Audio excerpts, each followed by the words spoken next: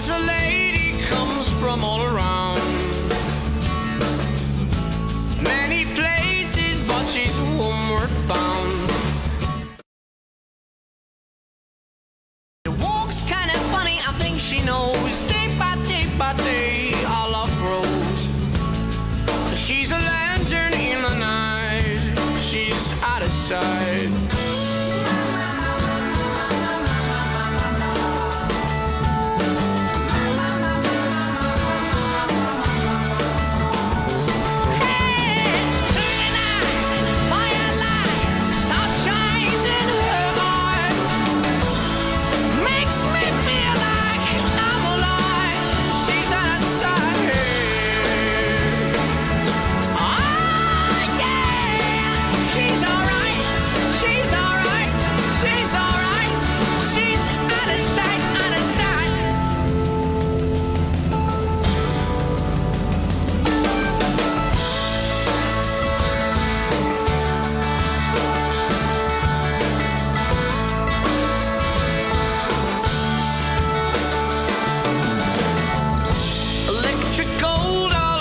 Tender care,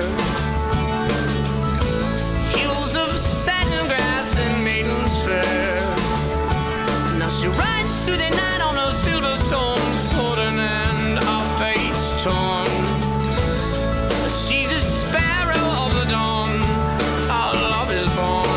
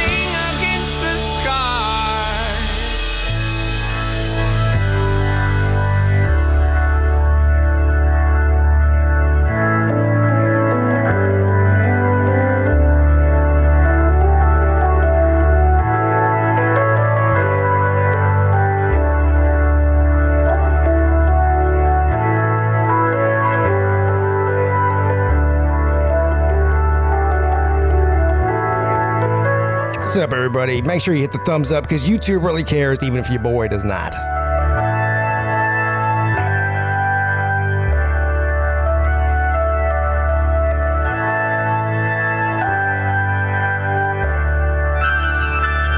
I don't know, Luke. You might be surprised, brother.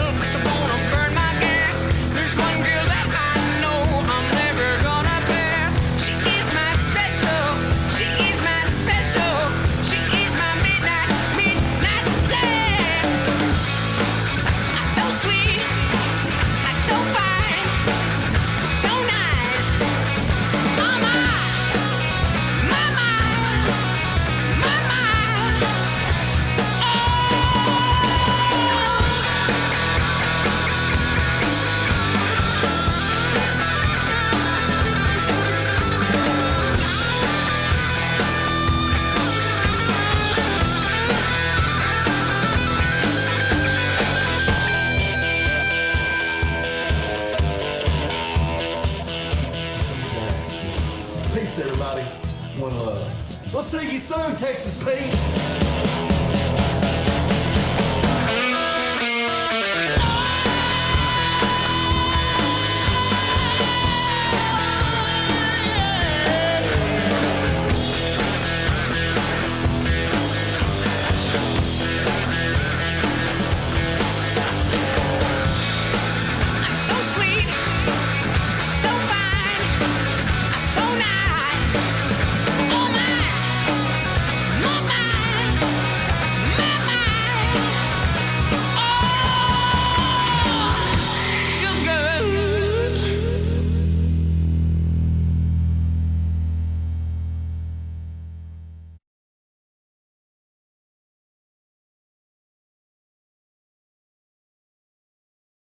What you just said is one of the most insanely idiotic things I have ever heard.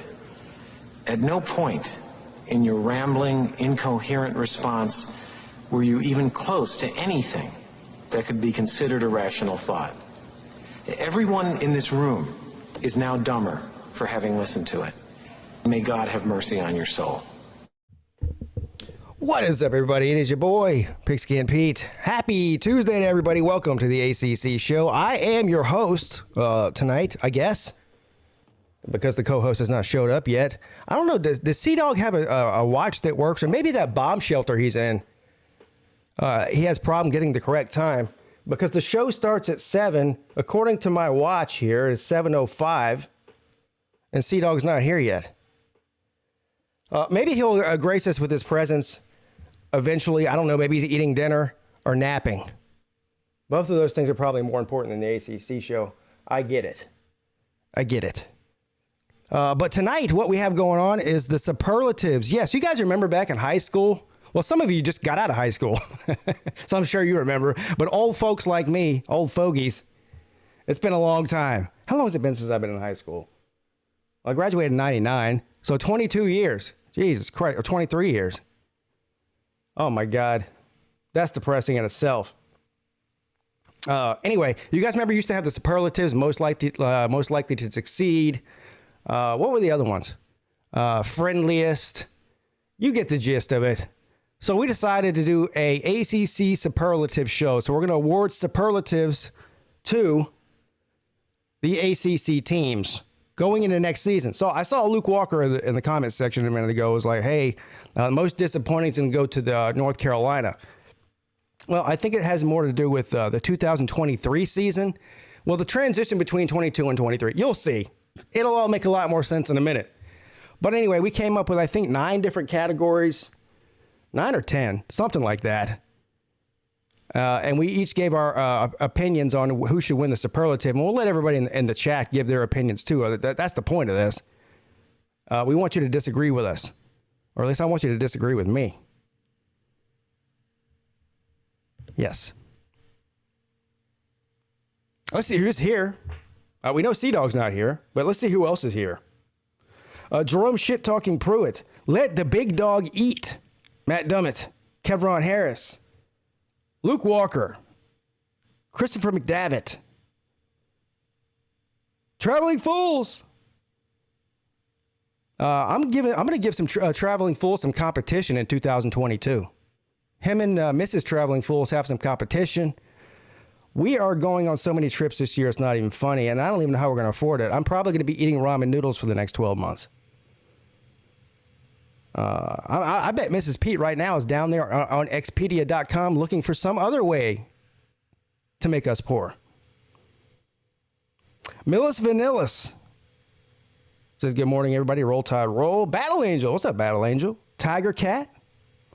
Man, all the greats are here tonight. Bible Belt Beauties. Ballard's here. Alan A. Sea-Dog announced at Vic Stream he is going to the Slob Olympics. Yes, I already knew that. Raj! Hold on. Raj! Is that right? You gotta have the two peace signs. You gotta turn to your side, and then you just gotta go back and forth like this. And then you gotta stop. Right? It's like 1, 2, 3 shuffle.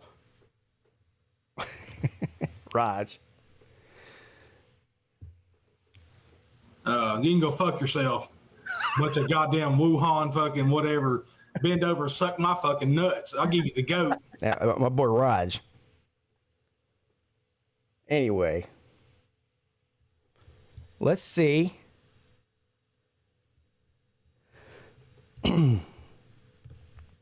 There he is. Look at this guy. I'm glad you finally decided to join us, Sea-Dog. Well, I'm really busy all the time. Yeah, you're very busy and very important, like Lou says, right? You're very important. I was playing Georgia Tech Jenga, and the time got away from me. Yeah. I would like to say. I did not announce anything on Vic's stream. I didn't know that I was live. You didn't know you were live? No, Vic. Oh, so you got ambushed? Is that what you're saying? Yep, I got ambushed. You thought you were in a back room but you were actually live? Yep. Oh man, Vic. Why you do that to that man? That's just wrong. I was like, yeah, don't tell anybody, but yeah. Oh, look at that. That man sabotaged you. Yeah. You can't trust Mike Vic. He's slick. Slick Vic. Well, I'm gonna start calling him Slick Vic instead of Slick Rick. You know who Slick Rick is, right? Slick Vic. That's great. Anyway, how was your week? It was great. I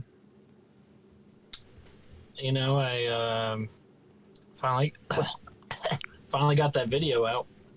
Oh yes, that video is amazing and fantastic. By the way. Oh yeah. Yeah. So? Yeah, I liked your brother's shirt. I think I commented on there. And what did it say?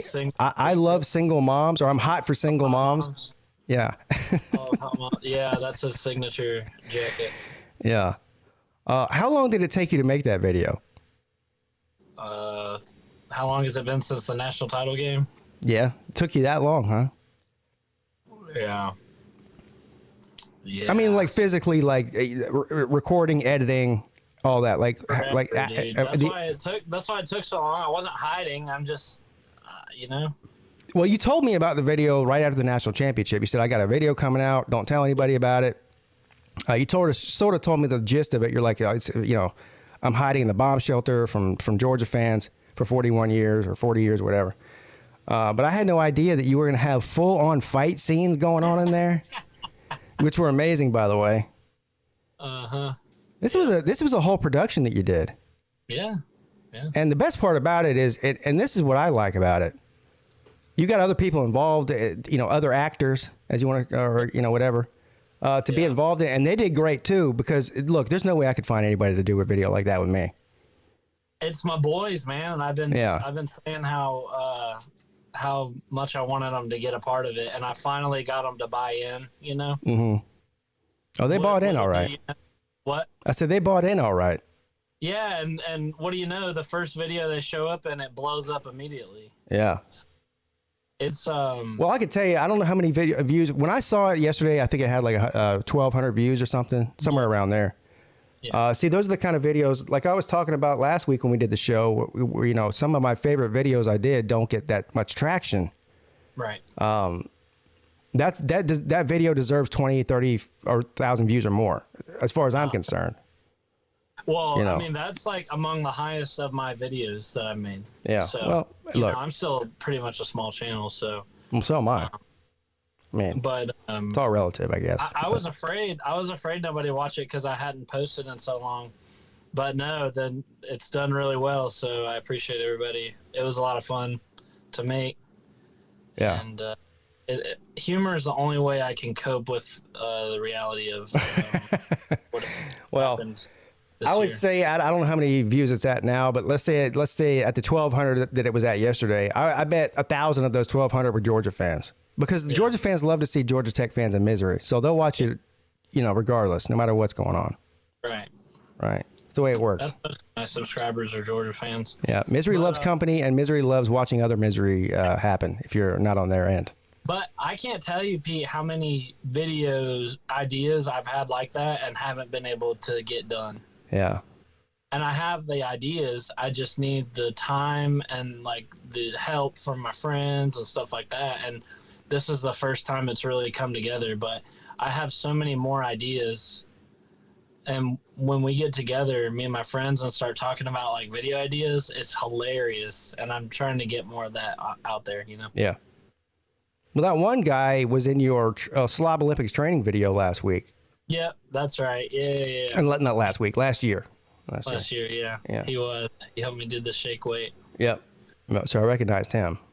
Yeah. And I got a good idea for a training video. I'm not gonna look. Everyone's putting out training videos. I say everyone. Well, Millis Vanillas has put out like 10 of them already. I don't know who's next, but I'm waiting a little bit closer. Last year I did the first video I did in like June or July. So I was in the summertime.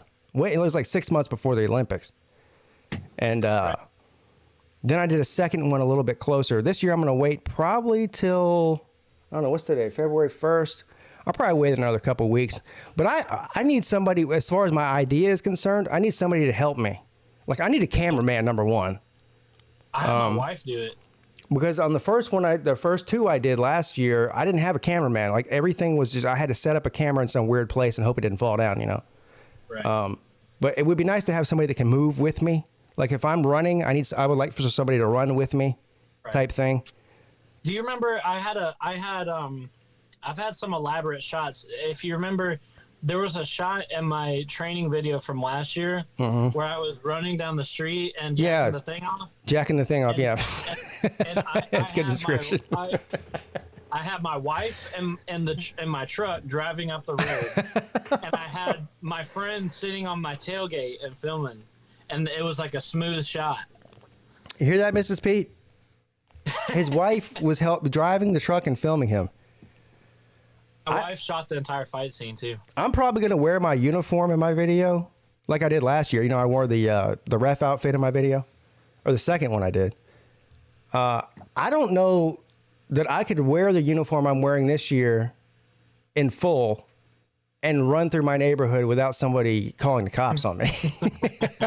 I don't think, or at least stopping and asking what the fuck's going on, you know? Yeah, I'm constantly out in my yard doing dumb shit like that, like the running with Sea Dog, and like in that video, I collapsed in somebody's yard. That wasn't even your yard. No. Oh God. And of course, I'm out in my front yard jerking the thing off. Yeah. And I've done all kind of dumb stuff in my front yard. Yeah, I can relate. My neighbors think I'm crazy anyway, so I guess I'm not too worried about it. If I'm doing it in my yard, all my neighbors around me already know I'm a maniac. But if I was gonna run like outside of my street area, I think I might catch some flack. But I did have one of my neighbors move because how much of an asshole I am. No. Yeah, they literally moved. But they were older and they were stuck up, and so we weren't happy. I mean, we weren't sad to see them leave. Yeah. You know. I feel you. My new neighbors are cooler. That's cool. Yeah. But anyway. All right. Yeah, everybody hit the thumbs up. I don't like to beg for thumbs up, but that does help the algorithm. I don't like to beg for anything. Do you, Sea-Dog? Yeah, man. And we got a good one for y'all tonight. Yeah, we got a good one for you tonight. And anybody who wants to support the show, what keeps the show going is the very friendly donations. The Super Chat icon will make sure that your Super Chat gets read. And there is also a PayPal option in the description of the video. And, of course, me and Sea-Dog split everything 50-50, and we appreciate all of the support. It's hard out here for a pimp in the off season. Oh, yeah. And that's just the way it goes. But thank all of you. So tonight, a very special edition of the ACC show. This is the 19th episode. I can't believe it's been 19 episodes already. It doesn't seem like that many. No, man. I look forward to it every week. Well, of course, I do too. But tonight, I was explaining to the people, but since you were late eating ramen noodles or whatever you're doing in your bat cave there, we will be doing the superlatives for the ACC. And this was Sea-Dog's idea, by the way. So all the credit goes to Sea-Dog for the superlative idea. And he also was nice enough to create all the graphics that we're going to be looking at tonight, which I think he did a great job on. Thank you.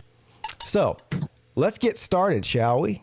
Let's do it. All right. So we're going to start in no particular order here. Well, actually, I have a particular order, but there's no particular order in particular. with the most famous superlative that everyone liked in high school, most likely to succeed. So, most likely to succeed in 2022 season.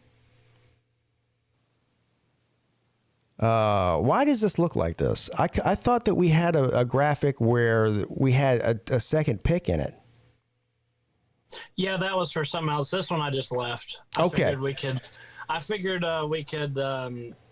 just fondle the balls of. Okay, I was confused. All right, now, is there anybody in the chat?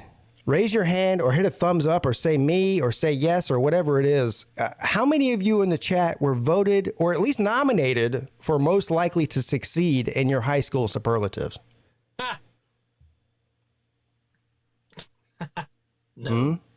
It definitely wasn't me. I'll tell you that. I don't think I was nominated for anything. I don't think anybody in the comment section. I do know one person that was.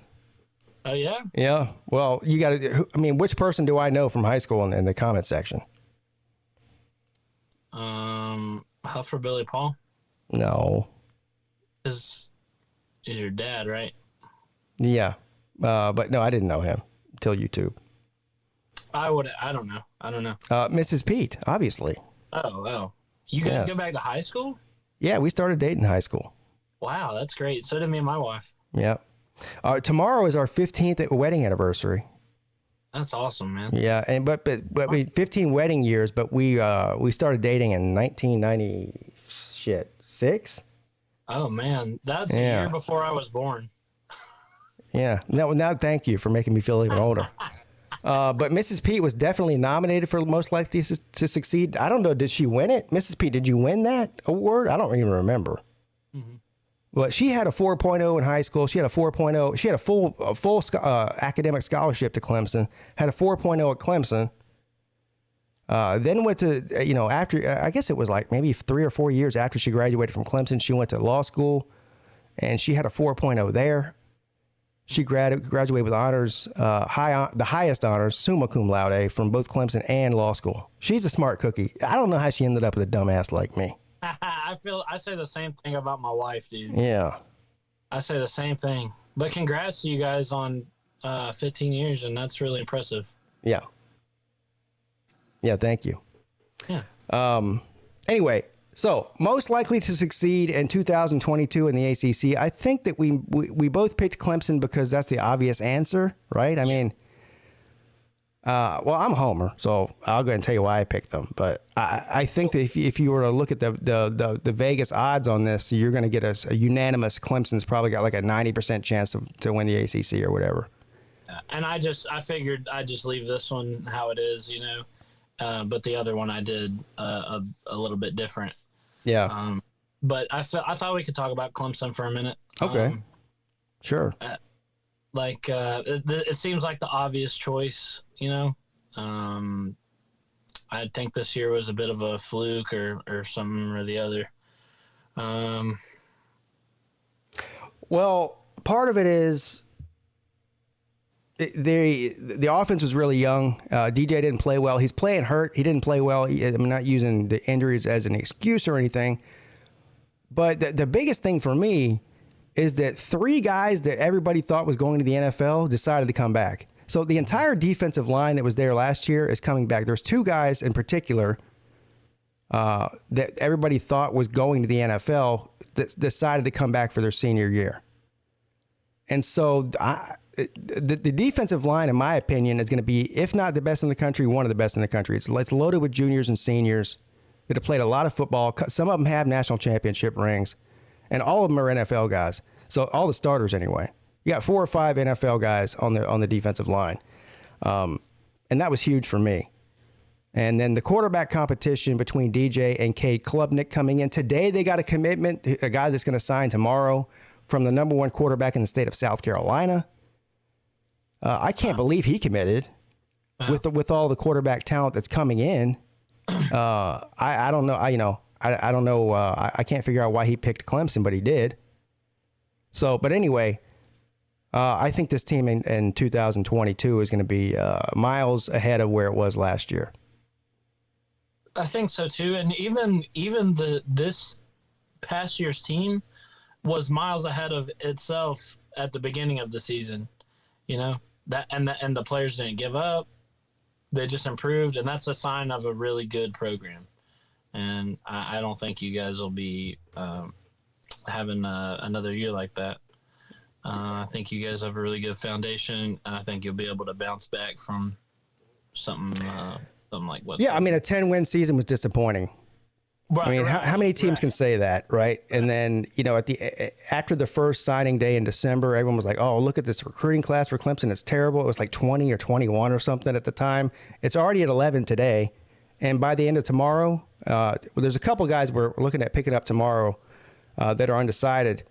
And if we get one of the two of those guys, it will be somewhere around 7 or 8, I think, in the final recruiting rankings. So not bad, not too shabby. Top 10 class after a disappointing season, losing two coordinators. Not to mention the transfer portal, whatever you might get there. Right. Now. Yeah, transfer portal. Right. We'll see about that. We'll see. Yeah, I'm not holding my breath, but anyway. So we both agree that most likely, and that's what it is, most likely. It doesn't mean that they are the team that's going to succeed. It means it's the most likely, and I think that that's a pretty fair assessment. If you look around the ACC at all the teams, lots of new head coaches. So, you know, the coaches don't get fired when teams are great. So, yeah, you eliminate probably 4 or 5 teams right off the rip because they fire their coach. But there at least one of those teams that might not be true for. We'll talk about that. But most likely to succeed, the Clemson Tigers. I think this might be the only superlative that we both agree on. Yes, it is. Yeah. All right. Mm-hmm. Okay, let's move on, and we'll stay into the same vein as most likely to succeed. And who is most likely to win the Atlantic Division? So for all of you non-ACC people out there, which is several of you in the chat here, the Atlantic Division consists of Florida State, Clemson, NC State, Boston College, Syracuse, and I'm missing one. Louisville, yes, thank you. And Wake Forest. Did you say Wake Forest? And Wake Forest too, yeah. Yeah, that's him. That's him. For all you non-ACC people, you've yeah, right. been educated.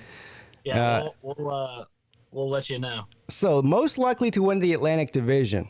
Now, you can see there's tiger paws on the screen here on both of our things. So we both agreed that the most likely to win the Atlantic Division was Clemson, but we thought that was boring. Yeah. And so we said, if not Clemson, let's eliminate Clemson from the conversation. Who is the next most likely to win the Atlantic Division? And PigskinPeete surprisingly says Florida State. Yes, yeah. I said it. Cry about it, all you other ACC fans out there. I think that I actually believe that Mike Norvell is a good coach. And I think that some of the games they had last year were a bit of a fluke. They're recruiting decently. And based on the state of some of the other teams in the ACC Atlantic, I think that Florida State's going to have a good year. And I know I'm a glutton for punishment. All these Florida teams are very confusing. Yeah. Whether, you know, even outside the ACC, whether it's Miami, Florida State, or Florida, they're all very confusing. But I think the most likely to win the division, if not Clemson, will be the Seminoles in 2022. There you go. That one actually surprised me a little bit. I guess through process of elimination, maybe. That's kind of almost how I came to the conclusion to do Boston College. Well, first of all, they got, Phil Dracovic coming back. Mm-hmm. And I think they might be this upcoming year what I thought they could be, this past year. This past year, obviously, Dracovic went down. And barring something like that happen again, I think they could, have some success. And honestly, I think a lot of that, too, is that I don't exactly have faith in the other Atlantic teams. Like, Florida State doesn't exactly inspire as much confidence. I feel like they could be up there, definitely at least a bowl, maybe 7 wins or so, without looking at their schedule. I don't know. I'll have to see it before I believe it with Florida State, because this year should have been better for them, and I know they were right there. They were close, but I don't dislike your pick, by the way. yeah, I think it's very close. If in my mind, anyway, it's very close between those two teams. yeah, I was looking, and Wake Forest will probably take a step back. I mean, there's no way that they can do that twice. Have that much success twice in a row. Louisville? I mean, I'm starting to lose faith in Louisville. I'm starting to lose faith in Satterfield, and I've been his biggest cheerleader over the past couple of seasons. Me too, man. I don't understand what's going on there. They ended the season on a really bad note. They're gonna have to prove themselves, because I think the clock's ticking and the seat is getting hotter. Yes, over there. And what else? Syracuse, obviously not. Well, that leaves NC State, is going to definitely be taking a step back. So I wound up going with Boston College. I think they'll be pretty solid. Yeah, Boston College was a little bit disappointing last year. They played, 10 times better when Djokovic was in there. He missed like half the season. It was like two different teams. Like you said, he's coming back. That's a huge plus. And this is, I think, the third season for their head coach. And the first year was the COVID year, and then last year, and now, so coming into the third season. And usually this is where you start to see, the direction of the program change if the coach is doing what they're supposed to be doing. And I actually like the coach, so I think they're heading in the right direction. So BC is very possible to give Clemson a run for their money. Now, the good thing about the Atlantic Division, Florida State, BC, Clemson, they all play each other. And so a lot of that has to do with who's going to beat who on any given day.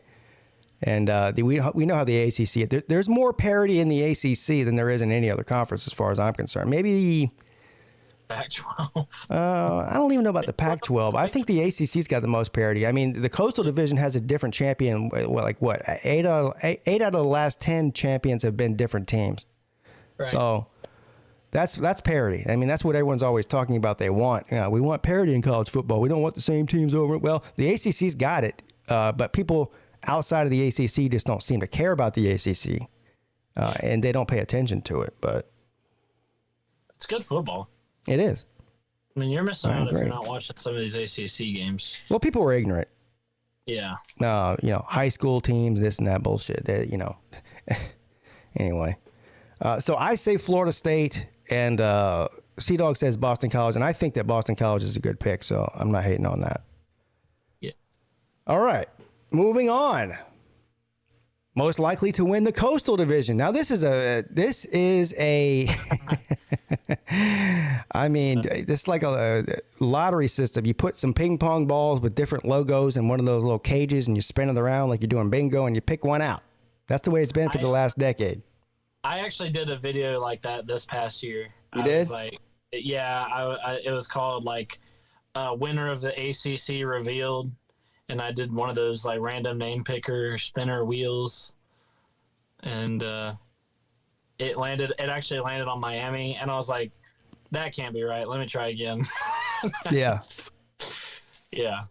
So I'm actually surprised at your pick here. And why? I don't like them. Well, that I didn't even bring that into consideration, but that's it. Yeah, that's part of it. Now that you mention it. But I mean, I appreciate your honesty. You hate Pitt, but you still picked him to win the Coastal, so that's shows your non-bias. Well, it's not like I think Pitt's going to be amazing or something. It's just I really was looking around at the Coastal. I'm like, who can I choose here? I mean, you got my team. We're god awful. We're not. You probably want to make a bowl.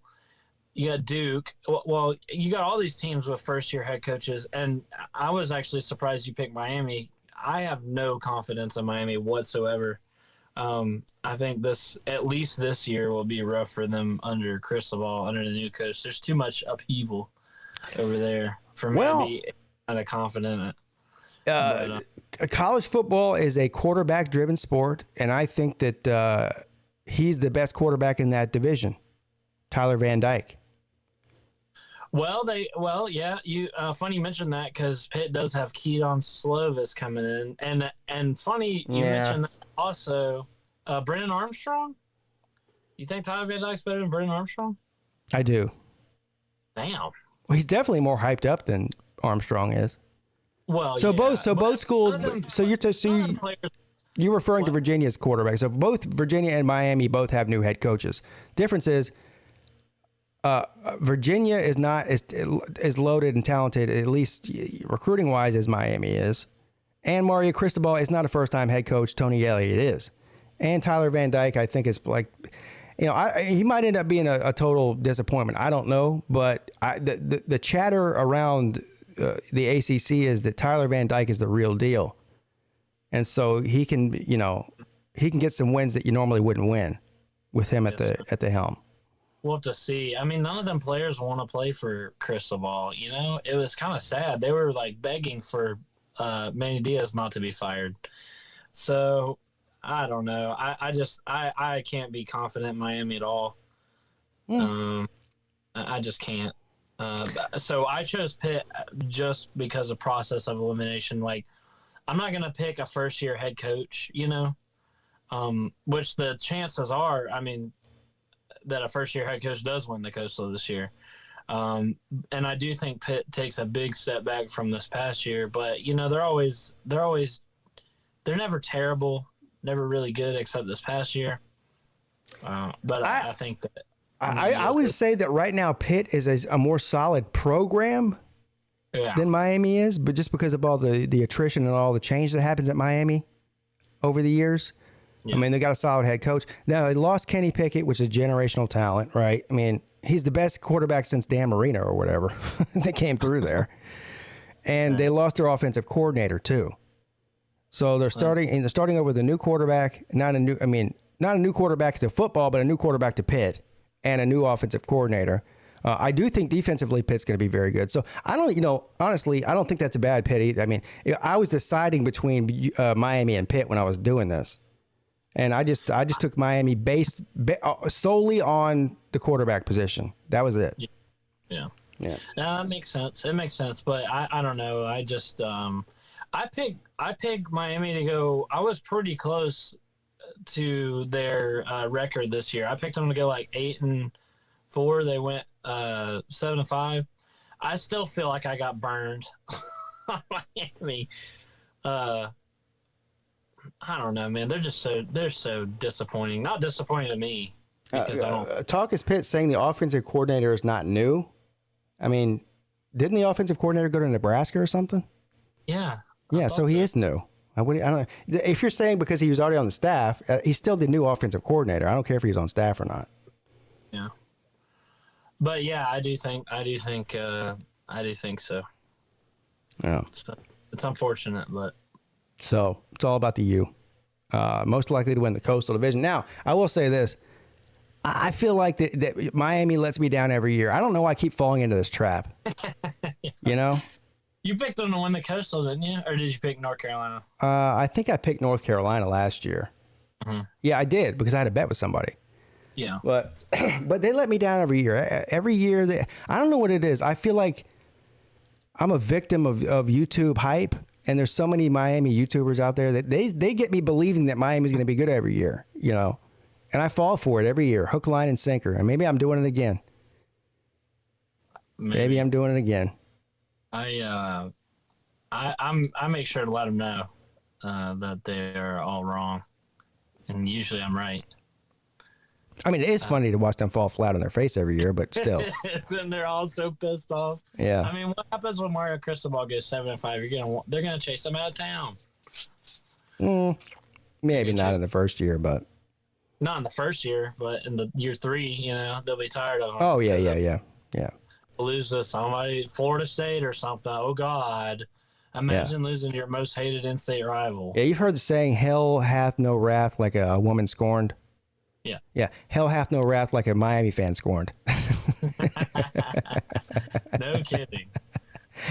All right. To themselves, man. They do it to themselves. So I say most likely to win the Coastal Division, Miami, and Sea-Dog's pick is the Pittsburgh Panthers. Moving on. I think. Yes. Most likely to be better than last year. We should do superlatives for YouTubers too. These same exact categories could fit into YouTubers and not just football teams. That would be funny. Anyway. What? So most likely to be better than last year. I went with Boston College on this one, and because I think that Boston College underachieved last year, like I said, and the fact that Djokovic is coming back, I think is huge. And what did they end? What was their final record? Like 6-6 or 7-5? 6-6, yeah.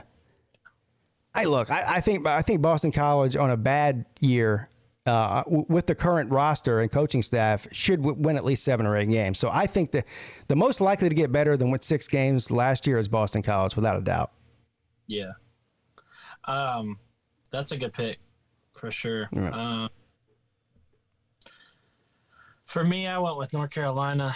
I just don't think. I mean, that it was such a disappointing year. They recruit too well, and Mac Brown. I mean, he might be losing his touch, but I don't think he's. I just don't see any way that they have this disappointing of a year. I mean, 6 and 7. There's just no reason. With all of the way where their program's at, there's no reason that they should be that bad. And I think they might not be some kind of world beaters, but or winning the Coastal or anything. Hell, they might. But I think, and it's hard, but I just don't see him being any worse than 6 and 7. You know what I mean? Talk is Pitt. Look. He goes, our new offensive coordinator was actually Pat Narduzzi's first offensive coordinator. Genius. Okay, genius. Who was your offensive coordinator last season? Is he the offensive coordinator this season? The answer is no. So you have a new offensive coordinator this season. I mean, I don't know what to tell you, bro. I know he's playing. He's playing the semantics here. I know you could tell him. What? Give him a good eat shit Pitt one time. What you just said is one of the most insanely idiotic things I have ever heard. At no point in your rambling, incoherent response were you even close to anything that could be considered a rational thought. Everyone in this room is now dumber for having listened to it. May God have mercy on your soul. That's a Pittsburgh moment.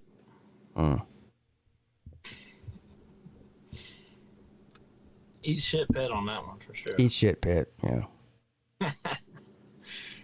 Anyway, I'm sorry I cut you off. What's up?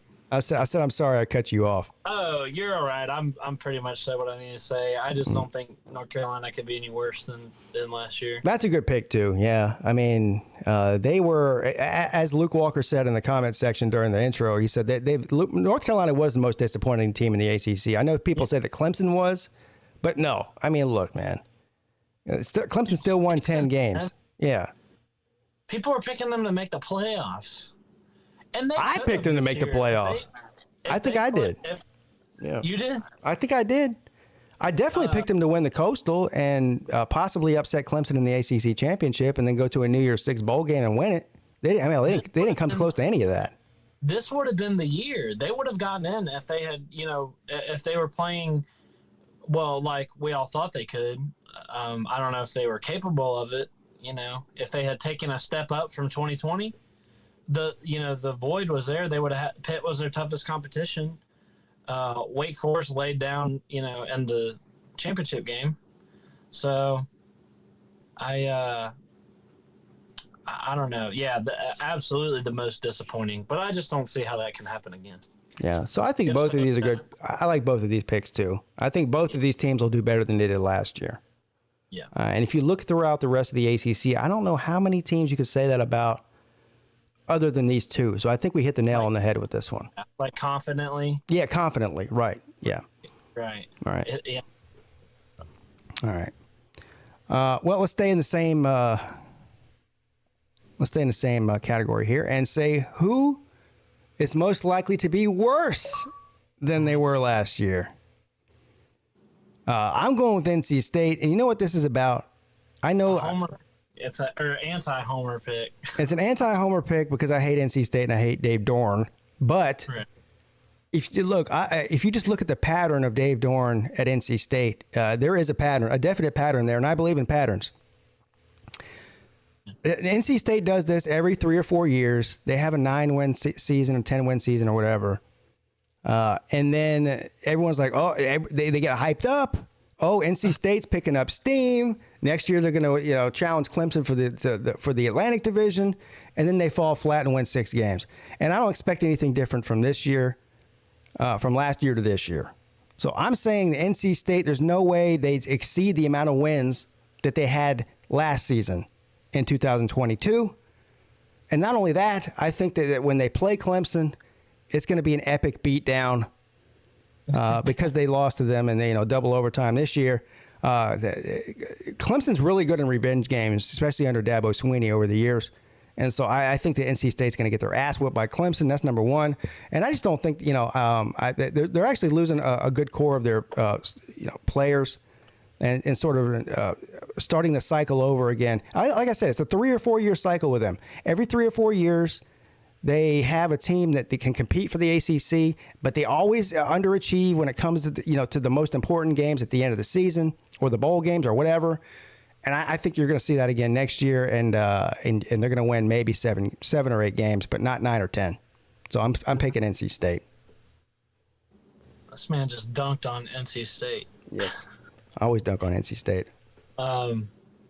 Now for my pick, I feel bad. I don't want to dunk on Wake Forest at all. I mean, me and you have been freaking hyping the freaking Wake Forest train up, haven't we? I feel like, is my pick a cop-out?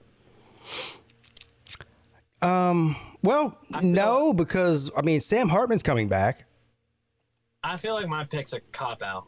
Dave Clawson's still there, isn't he? It was the last time I checked. So yeah, and he's a great coach, but there's just no way they can match that level of success. I agree. There's no way. Yeah. They made it to a New Year's Six bowl game. Yeah. Yeah. Probably not going to happen next year. It was the Gator Bowl, right? That's not New Year's. Well, whatever.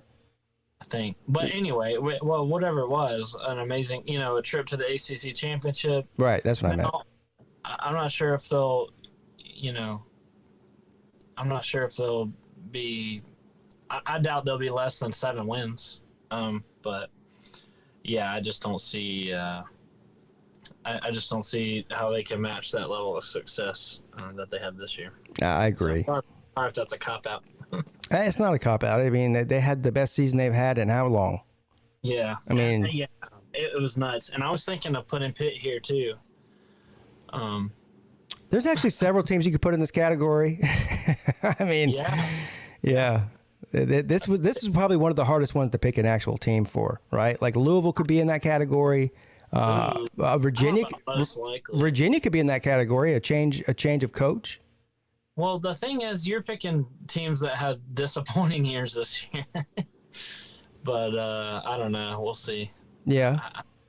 I don't think Virginia. I don't know. Virginia Tech. I mean, all the ones that had mediocre or bad seasons, there's a possibility they could have a worse one. Now, I can understand where you're coming from. It's more likely to take a team that overachieved and say they're going to have a worse year than last year. I get what you're saying, but it's also very possible that a team that just fired their coach because the team is terrible. Yeah. Could do even worse in his first season. That's true. I mean, you can't get much worse at Duke. Miami, I don't know about most likely. See, that's the thing. But likely, I would say. Virginia, the Virginias, I don't know. I feel like I would have more confidence in Virginia Tech than Virginia. But they're so unpredictable, So I don't know. I disagree with that. I think Virginia's going to be a better team again this year than Virginia Tech was. Both have new coaches. Virginia's got the better quarterback. Yeah. Virginia Tech is just they're on the verge of spiraling out of control. Honestly, now hopefully this new guy can get it turned around. They should have won like 3 or 4 games this year, but due to the incompetence of the rest of the ACC, they somehow backed their way into a bowl blowout to Maryland. Yeah. So, but I don't know. I mean, Fuente's just terrible. I kind of like this new guy they brought in. I don't know. I don't think they'll be much worse than 6-6. You know.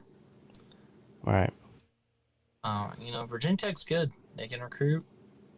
How long have we been saying that for, though, man? Yeah, I guess. I mean, it's like Groundhog Day, which is tomorrow, by the way. Groundhog Day is tomorrow, and really? yeah, I was married on Groundhog Day. That's Nice. Yeah,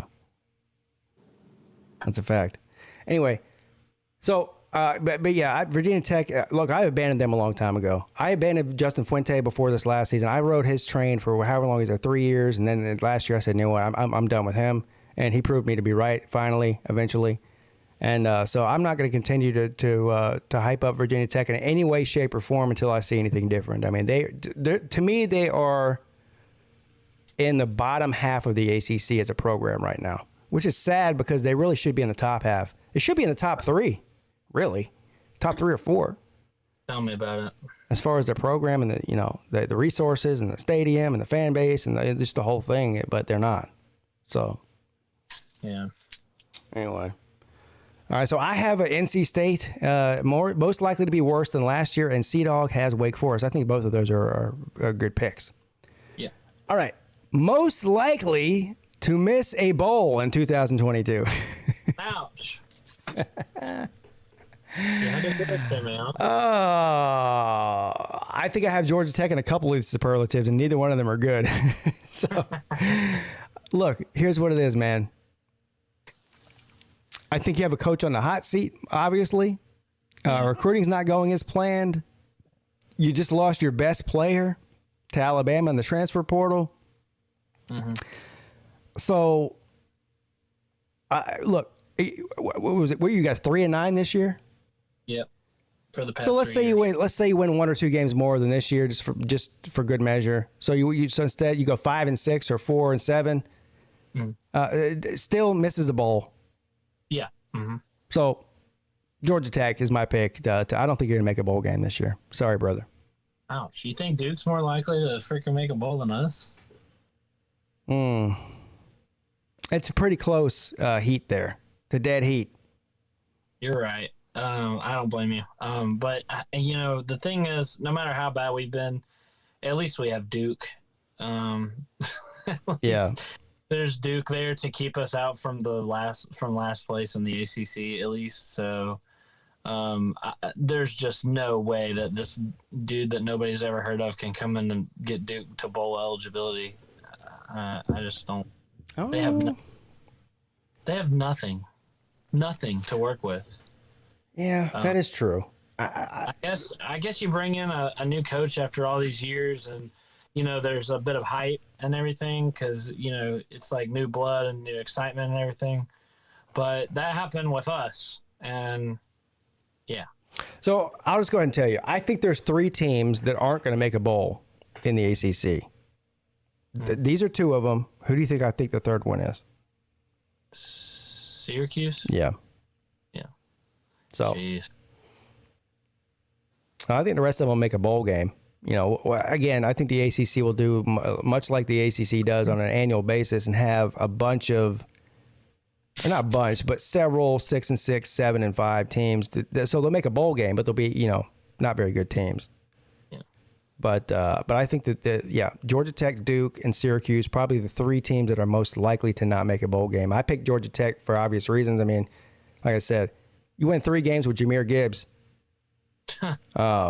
Without Jahmyr Gibbs, I mean, how do you justify winning 6? Yeah, you're right. And you still have Jeff Collins leading the team.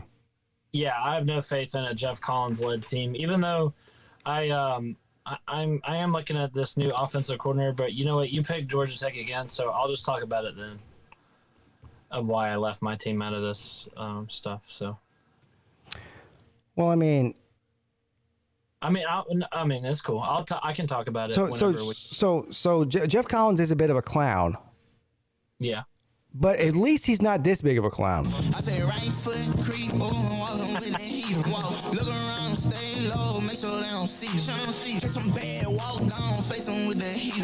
The devil under your feet, you're on your way to see him. Stretch me when I can't sleep, bang out when I see you. Play with me, you can't sleep. We got into the seashore. You won't have no case rearrange your shit soon as they face you. You won't have no space, we in your section too. Every time I watch that, I'm speechless. Is that Speechless. the Brian Kelly video where he's like humping the recruit? Yes. Yeah. Yeah, I saw that today. Yeah. I saw the first one and I was like, yeah, that's cringe. But I saw the other one today where he was like grinding up on him. I'm like, what the hell is going on? Yeah, I don't here? know who's making decisions down there in Baton Rouge, but they're making bad decisions. I can tell you that right now. Brian Kelly has lost his damn mind. There's another one that came out today, I think, of him Really? doing something similar. He's out of Yeah. his mind. Yeah. Oh, and I didn't even know this. Somebody sent me one. I should have uploaded it to OBS here so I could show it. He did the same thing at Notre Dame. It wasn't this bad, though.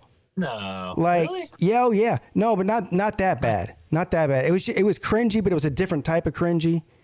But this guy never learns, man. They were Notre Dame was holding him back. This is the real Brian Kelly.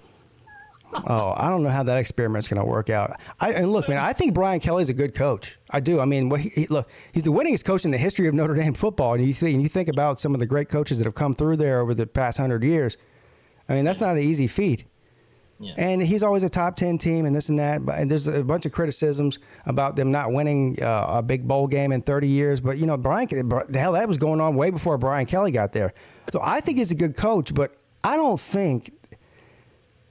know about the fit with him with LSU. I just really don't. And, I think that a lot of times the fit for the coach and the school is very important. Like, in other words, Dabo Swinney was the perfect fit for a place like Clemson. I think Nick Saban was the perfect fit for somebody like Alabama. I think that... look, Jimbo Fisher was probably the perfect fit for somebody like both Florida State and Texas A&M. It's just a culture thing with the coaches there. And he is Louisiana State football, and Brian Kelly is like oil and water to me. Yeah. You know? I said this whenever they hired him. I thought it was a great hire. And I still do. I think it was. I think he'll do well there. Even if he's making silly videos. I mean, who am I to judge somebody for making silly videos? But, look, man, you're not a head football coach getting paid. No, this guy's getting paid like an $80 million or something. It was a self roast. Yeah. But I think I was saying, like, this is perfect because LSU has been in so much trouble lately. They need like a dry ass, boring like coach to keep them out of trouble. I will agree with you there. Brian Kelly rubbing off on LSU. LSU has rubbed off on Brian Kelly. Yeah, right. That's a good point. So here's the thing. Here's the positives if you're an LSU fan. Brian Kelly's going to run a clean program, and they've had a couple of coaches in a row now that haven't been doing that. So he'll get you out of that problem, and maybe that's why they hired him. Really. Yeah. That's what I'm thinking. I mean, he's just a seasoned coach. The thing with LSU is because Louisiana is such a small state, they really put an emphasis on locking down the state of Louisiana for recruiting. And they're pretty good at doing it. But I think if you bring Brian Kelly into a Louisiana, a Baton Rouge or a New Orleans household, and he's going to sit down on your couch and try to sell why LSU is the best pick for his kid, I think he's going to fall flat with the natives of New Orleans. Maybe I'm naive. I don't know. But I think people can see through the bullshit. And right now, Brian Kelly is full of shit. I mean, I'm here with he's looking like it anyway. Yeah. Yeah. Anyway. All right. That's funny. So I picked Georgia Tech most likely to miss a bowl, and C-Dog picks Duke. All right. Moving on. The next superlative for 2022. Most likely to fire their coach. This is back-to-back Georgia Tech picks for PigskinPeete, and neither one of them were very becoming of the other. So, this is what I thought I'd talk about. I hope you're right. I know. But I don't think that Jeff Collins gets fired if he wins 5 games. And it would piss me off. But our AD is like married to Collins. The boosters are pissed off. But he's completely overhauled his staff. Like half of his staff is gone. And they're all on 2-year contracts. And I know that doesn't mean much, but I think if they win 5 games, then he will. And I think that this new I think we actually made a good hire at offensive coordinator. Chip Long, he used to be at Notre Dame. He was there when they got to the playoffs, and he had a terrible year this past year at Tulane, but he didn't have much to work with. They were like hit with the hurricane at the beginning of the year and everything else. They have no talent. He doesn't have much more to work with at Georgia Tech than at Tulane, I guess. But I can see just by default. I mean, even if we had hired a subpar coordinator, which we didn't, we hired a good one. I think that will boost us enough to be better than last year, which is sad because now all of our players have left. But there's like no explaining how awful our offensive coordinator was this past year. Dave Patton, that dude does not know what he's doing. And to squander all the talent that he did. Unfortunately for this new guy, he doesn't have any talent he's going to be able to squander. But I just don't think Coach Collins gets fired this year, and it's going to piss me off, and I hope I'm wrong. But I think maybe 4 wins. If he wins another 3 games, he'll be fired or less, obviously. And it's hard for me to look at the schedule that we have this coming year and even find 3 wins. But I just have a sinking feeling like I'm going to be stuck with Collins for longer, and I hope I'm wrong. So I think he's gone after this season, and I got this from you. So I think he would have been gone after this last season, except for the contract thing. So Georgia Tech saving themselves how many millions of dollars by waiting till after this next season to fire him? Well, it's that, and it's our AD, man. Our AD is like no, Collins is my guy, and he is adamant and defending Collins for some reason, which is sad because he's a really good AD when it comes to everything but football. We're really good. Our basketball has improved a lot since he's been here. Baseball is great. Women's basketball, volleyball even. But when it comes to football, he's brain dead, and I don't get it, man. I don't get it. Well, so this superlative right here was not that hard to. I mean, you can narrow it down to 2 or 3 teams. I think we both nailed hit the nail on the head with Georgia Tech and Syracuse. Yeah. Now, I also was thinking maybe Louisville. Right, that's the third one I was going to get it to. But they have potential to be better. So but let's say Louisville goes out there and misses a bowl, right? They go 5-6, or 5-7. I think they will fire Satterfield if they go 5-7. Syracuse is a different story for me because I feel like the expectations there are so low, and Dino Babers is one of these coaches that if you're going to fire him at Syracuse, who are you going to get that's better, right? So sort of what happened at Rutgers. Like, what are the chances you're going to get a coach of that caliber at Rutgers? Like, a very, very slim. And same thing goes for Syracuse, I think. Well, you could have said that for Duke. You could say that for Duke too. So, let's go through the. Fired Cutcliffe. Now they got somebody nobody's ever heard of. Well, that's true, but Cutcliffe has been there for since the iPhone was invented. So, That's true. But let's go through the ACC and find out how many coaches are definitely not getting fired after this next season, no matter what happens, right? It's the majority of the ACC. So Mario Cristobal is not getting fired his first season. I don't think Mike Norvell is getting fired. He's still early in his tenure. Dabo Swinney's definitely not getting fired. Dave Clawson's definitely not getting fired. I don't think that Dave Doran's getting fired either, because as long as he wins 9 games once every 4 years, he doesn't get fired. We've learned that. Virginia Tech coach not getting fired. He's new. Virginia coach not getting fired. He's new. Boston College coach not getting fired. He's semi-new. Pat Narduzzi's not getting fired. So, I mean, you eliminate the majority of the ACC right off the bat. Mm-hmm. And so what you're left with is Georgia Tech, Syracuse, and probably the third in that list would be Satterfield, which I don't think Satterfield will get fired either unless they have some kind of crazy 3-9 or 4-7 season or something, which is possible, I guess.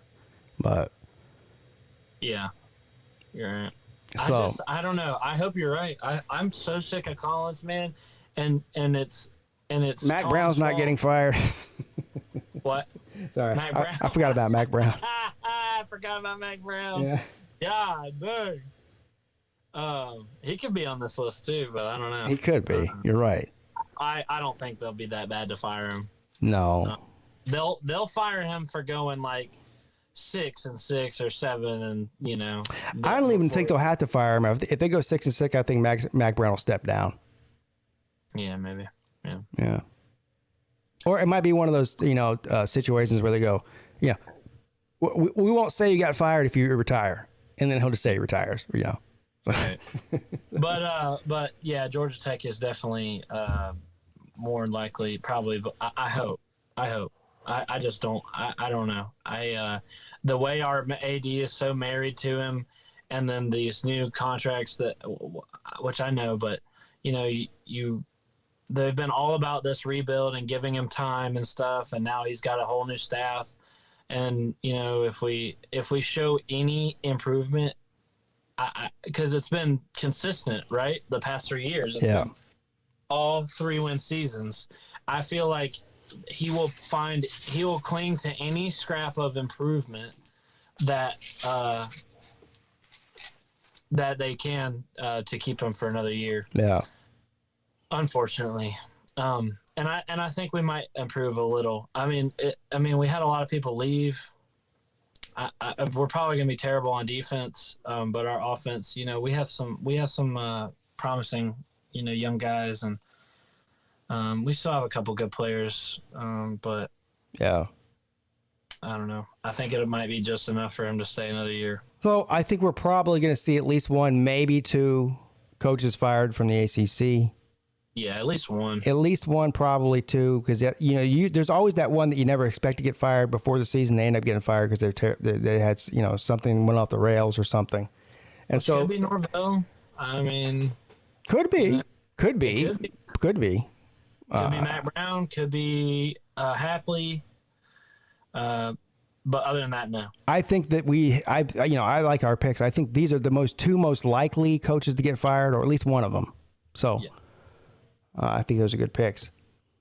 All right. Moving on. Most likely to have the best first-year head coach, and there's a bunch of them. Oh, yeah. So we got Cristobal at Miami. Yep. What are the rest of them? I don't even know. What's his name at Duke? Nobody knows who the hell that is. Yeah. You got Tony Elliott. At Virginia, right? Yeah. Brent Pry at Virginia Tech. At Virginia Tech, yes. And I feel like there's another one. me too, but I don't think there is. Maybe not. So there's 3 of them. Oh, no. There's 3 of them. Yeah, Duke, Miami, Virginia, and Virginia Tech. Yeah. On the So coast. 4 of them. 4 of them. Yeah. The reason I'm picking Miami in this situation is because, like I said before, I picked Miami to win the Coastal Division. So, I mean, if I'm picking them to win the Coastal Division, there's no way I can't say that they would have the best first-year head coach, because, I mean, all the other teams are also in the same division with new head coaches. So, I mean, all the new head coaches are coming from the Coastal Division, right? Miami, Duke, Virginia Tech. Yeah. So they're all in the same division. And of course, I think that Cristobal, out of all those, has the most head coaching experience, which he does, and the best quarterback, which he does. So to me, this was a pretty easy pick here. Now, look, the word best is subjective, right? So is it who wins the most games or who does the most improvement from the program from last year to this year? I would say like whatever who's going to be the best team out of those four. Okay, so that's why I picked Miami, because I think Miami will be the best team. Yeah. Yeah, like I said, I've already given my spiel about Miami. I just have no confidence in them. There's too much upheaval in the program and whatnot. Cristobal, I think they'll be terrible for at least this year, at least.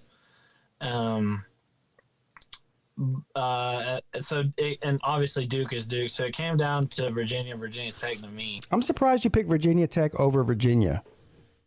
Yeah, I don't know. I was looking into this Brent Pry guy, and I just, Tony Elliott doesn't exactly inspire confidence with what he was unable to do. Virginia might have the better offense, but talk about upheaval. I mean, they had, a real disappointing season this past season, and Virginia Tech is usually better than Virginia. And, I guess you kind of did make a good point earlier when you're like, how long do we got to wait for Virginia Tech? Well, because I was going to say, the groundwork's there for Virginia Tech. They got just huge fan support and, the resources and whatnot. I don't know. I just feel like Virginia is too inconsistent for me to be confident in. Now, their offense is another story, which we'll get to. But, we saw that this year. They had a great offense, and just their defense really held them back, and they were really inconsistent.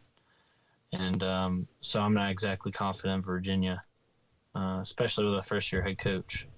Yeah, well, Virginia Tech's got a first-year head coach, too. And I think that actually Tony Elliott's a good fit for Virginia. Really do. Yeah, we'll have to see. I think their offense will be good, but we'll talk about that. All right. But overall, I'm a roll with Virginia Tech. Just a feeling I got, like Virginia Tech might be back. I don't know.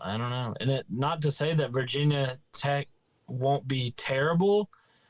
Virginia just might be more terrible. Yeah, and I think we can exclude Duke from this conversation. So we got 2 out of the 3, right? It's really between Miami, Virginia Tech, and Virginia. Right. And I think that the Virginia Tech debate is a good one, but I think Miami is an obvious one out of those. So that's why I went with them. So yeah, I'm just jaded on Miami, and I'm a Miami hater, so I'm not gonna pick them. All right. I'm gonna pick them. I got you. So Pete picks the Canes, and Sea-Dog picks the Hokies. Or the Turkeys, whatever you want to call them. Yeah. All right. The last category in the superlatives for 2022. Most likely to have the best quarterback. This was easy for me. I'm not going to lie, man. Really? Yeah. I mean, Sam Howell's gone. Kenny Pickett's gone. I guess you could make an argument for Tyler Van Dyke, but